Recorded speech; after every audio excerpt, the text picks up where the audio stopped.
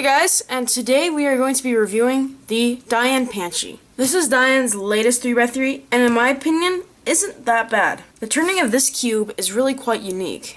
When I turn the layer independently like this, the cube is really smooth. There is only a very slight bumpiness that could be fixed by the 48-point edge mod. But when I start finger tricking it and turning it fast, a bumpy feeling occurs. It's not a clickiness of any sort, it's just like some sort of weird unstable bumpy feeling. It's kind of hard to explain. The way I was able to get the cube to an initial smoothness, like this, without doing regular turns, I just loosened it a lot. You can see that the cube is actually very, very loose. Corner cutting is line to line easily, any farther, and it just does this, but I'm sure it could cut 45 if it was tightened. This can go 3/4 of a cubie quite easily, and any farther, and it'll just like start doing that. It's also really kind of interesting how much bigger they made the holes compared to a Zanchi. I don't know if you can see that, but maybe if I shine the light, you can see how much bigger they are. You know, a really nice thing about the corner cutting is that this cube can cut line to line, but it does it very easily, like really, really quite easily. You don't even have to try. And same thing with reverse. This makes it so that if you do smaller corner cuts, like this is really all you really need. Same thing with the other way. When you solve, it really just feels like you're turning it regularly, and that's a really nice feature about the corner cutting. And basically, what this means is that the cube doesn't lock up like at all. Like I'll do some algorithms. I'll even do ones like this one. This one really can sometimes make the puzzle lock up a lot. And it's not doing it. That was a G perm. This is an E perm. It's pretty smooth. Like the algorithms flow quite well. So now I'm gonna look at the pieces. The first thing we see as we look at an edge is how it's kind of opposite to a Zanchi.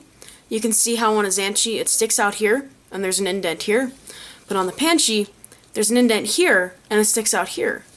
So you can see how it's really kind of opposite.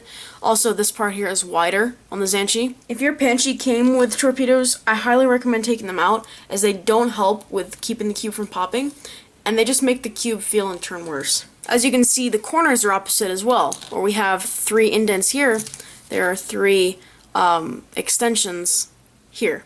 This is to go along with the opposite corner, and you can see how snugly they fit together.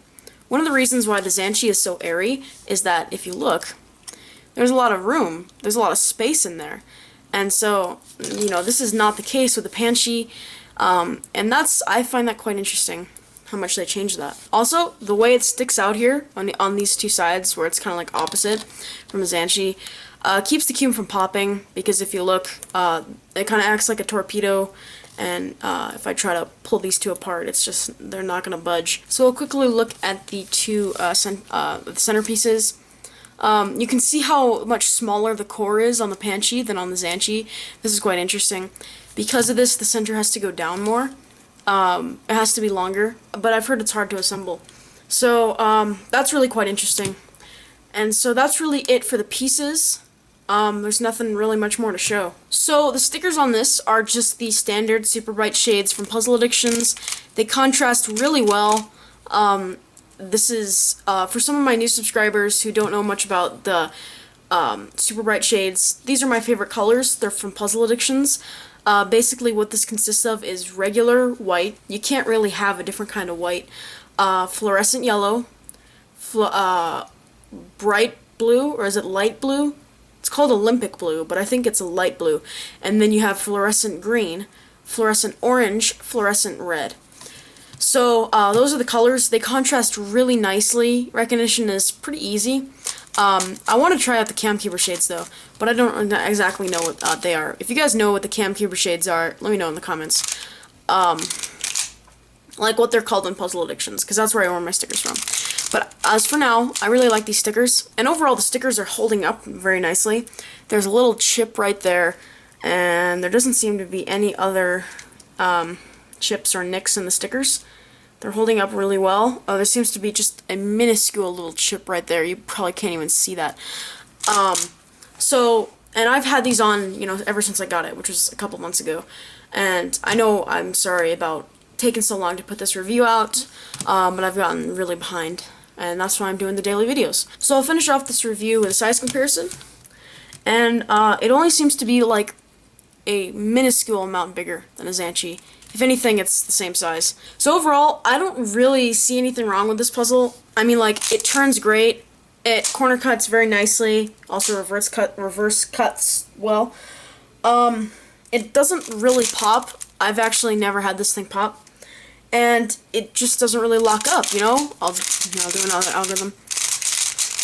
You know, it's really nice. So why do people not like this? Because if you've seen any other reviews, not too many people, you know, are using this cube very much. And, you know, why don't people like it?